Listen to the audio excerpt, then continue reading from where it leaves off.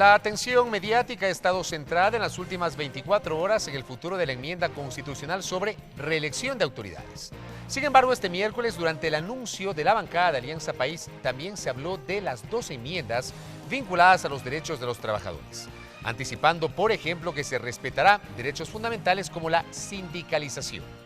¿Cómo ha evolucionado este tema? Lo vamos a revisar con nuestro primer entrevistado.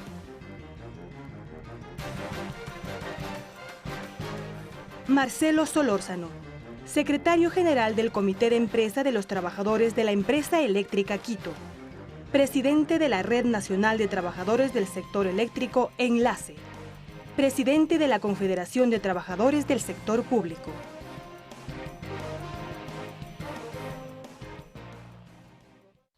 Marcelo Solórzano, bienvenido. ¿Cómo está usted? ¿Cómo le va? Muchas gracias por la invitación. Bien, aquí tratando de cerrar las negociaciones respecto a las enmiendas laborales constitucionales referidas al tema laboral. ¿Tratando? ¿Todavía no están cerradas? No están cerradas. ¿Qué hace falta? ¿Qué falta? Estamos buscando un acuerdo que permita garantizar los derechos fundamentales de los trabajadores. Hemos avanzado bastante bien, con compromisos muy claros y muy serios en la subcomisión de tratamiento de las enmiendas laborales que la preside Fausto Cayambe, y hemos logrado afirmar, como ya se ha anunciado públicamente el día de ayer, el derecho de sindicalización para todos los trabajadores del sector público.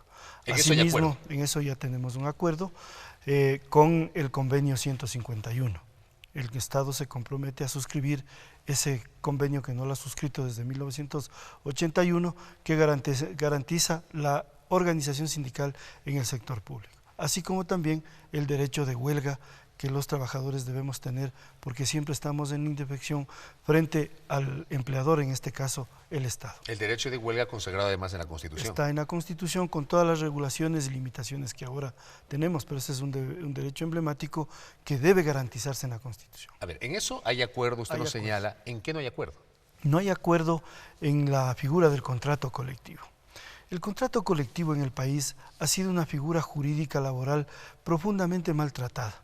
Recuérdese usted que cuando aquí funcionaba antes el Congreso Nacional con los diputados, aquí se hablaba de los contratos colectivos de los diputados cuando se les entregaba asignaciones presupuestarias para que vayan a hacer obras en sus provincias.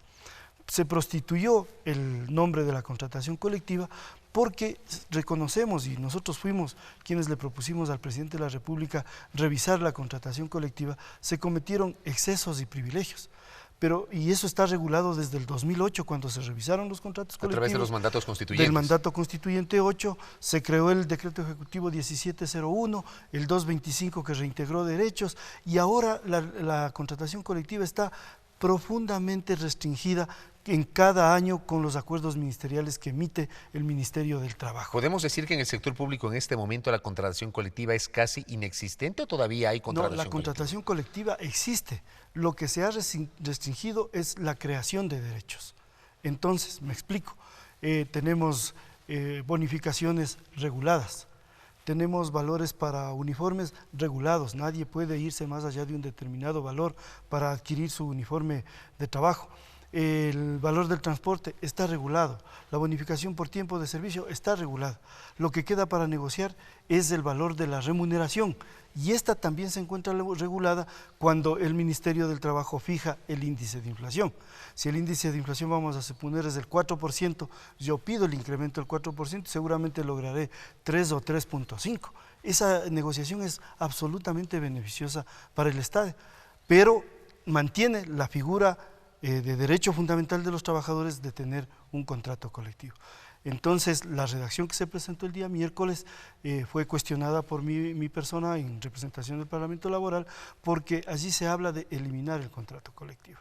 Y nosotros hemos dicho muy claramente que el convenio 151 habla de la negociación de los derechos de los trabajadores, y el contrato colectivo es una consecuencia de la negociación de los derechos de los trabajadores. Ahora, se entiende que la contratación colectiva en el sector público no ha operado para todos, ha funcionado para los trabajadores u obreros, así son catalogados hoy en el sector público, Eso ha pasado en su momento con los sindicatos de los trabajadores de la salud, con los sindicatos de los trabajadores eléctricos, que usted lo conoce muy bien porque usted es parte del sector eléctrico, pero digo, no es discriminatorio que solamente un segmento del sector público tenga la posibilidad de negociar un contrato colectivo y no el resto del sector público que no está amparado por este derecho a la contratación colectiva, por ejemplo, el resto de servidores públicos. Sí, precisamente por eso es que pedimos que el gobierno ecuatoriano suscriba el convenio 151. Para que todos los servidores públicos. Todos los servidores públicos se garantiza una negociación de derechos. La totalidad de servidores públicos. La totalidad de servidores públicos. Negociaríamos nuestros derechos con el Estado. Y una consecuencia de esa negociación de derechos sería o un acta transaccional, o un convenio, o un pacto, o un contrato colectivo. La OIT contiene en sus normas como válidas el pacto, el convenio, el acta transaccional o el contrato colectivo. Entonces, si es que hay necesidad de no tratar el tema del nombre del contrato colectivo, debemos encontrar una alternativa. Por eso es que no se ha cerrado la discusión sobre los dos derechos que están cuestionándose sobre los dos artículos que están planteándose la reforma constitucional. Y el día lunes vamos a tener una reunión con el señor presidente de la República para finiquitar con él la reunión. Nosotros queremos explicarle desde nuestro punto de vista, desde la responsabilidad que tenemos como dirigentes sindicales y como ecuatorianos, cuál es nuestro punto de vista para poder cerrar un acuerdo que sea beneficioso para las partes. Ahora, yo tuve la oportunidad hace aproximadamente unas 3 semanas de atestiguar una conversación que ustedes tuvieron aquí en la Subcomisión de Derechos de los Trabajadores con los legisladores liderados por Fausto Cayambe y el ministro de Trabajo, el hasta hoy ministro de Trabajo Carlos Mars Carrasco, que finalmente ya es público, ha sido reemplazado por el hasta hoy igualmente gobernador de Azuay, Leonardo Berresueta.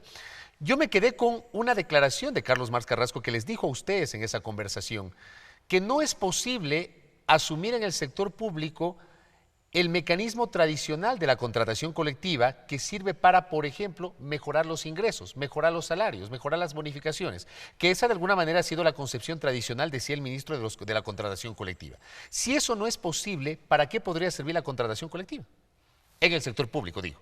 En el sector público, el ministro tuvo una contradicción, lamentablemente. Usted sí debe recordar esta declaración del ministro. Así es. Usted estuvo ahí. Él sabe que ahora los derechos del contrato colectivo están regulados. No digo están restringidos y no digo están eliminados, digo están regulados.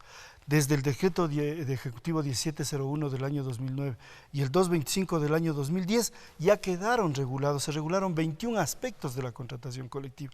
Entonces, ese contrato colectivo tiene que seguir existiendo en la figura regulada. Aquí se está planteando la eliminación del contrato colectivo, que es distinto de regulación o disminución. O sea, usted está advirtiendo que van a ir al otro extremo y no, digamos, a una regulación del mecanismo de contratación colectiva. Exactamente, o sea, a veces estas informaciones mal proporcionadas, esta falta de comunicación que tiene que haber para demostrar que el contrato colectivo ya no es objeto de excesos y privilegios, hace que se sigan manteniendo estos criterios de que el contrato colectivo tiene abusos. Ya no tiene. Están debidamente regulados. ¿Y por quién? Por la Autoridad del Trabajo y debidamente controlados por el Ministerio de Finanzas. En el Ministerio de Finanzas nosotros tenemos que llenar un formulario en donde el Ministerio comprueba que existen los recursos, que no hay excesos, que no hay privilegios, que no se está creando algo nuevo y entonces se aprueba.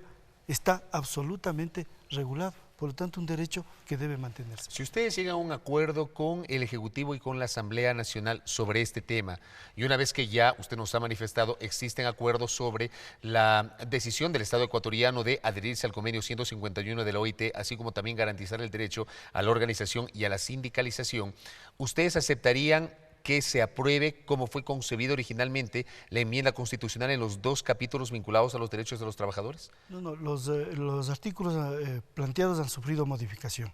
El 229 hemos aceptado la eliminación del tercer párrafo que decía que los obreros y obreras del sector público estarán amparados por el Código del Trabajo. Eso se elimina, en eso hay un acuerdo. Para pasar, estamos de acuerdo, para pasar a ser todos trabajadores o servidores públicos. ¿Sí? Correcto. En el 326 hay una propuesta que se presentó el día de ayer de reconocer los derechos de los trabajadores en el sector público, hacer una migración esto está contenido en la disposición transitoria, pero con lo que no estamos de acuerdo, porque nosotros tenemos la calidad de dirigentes sindicales que tenemos que buscar mejorar, sin lesionar a nadie, los derechos que ya tenemos.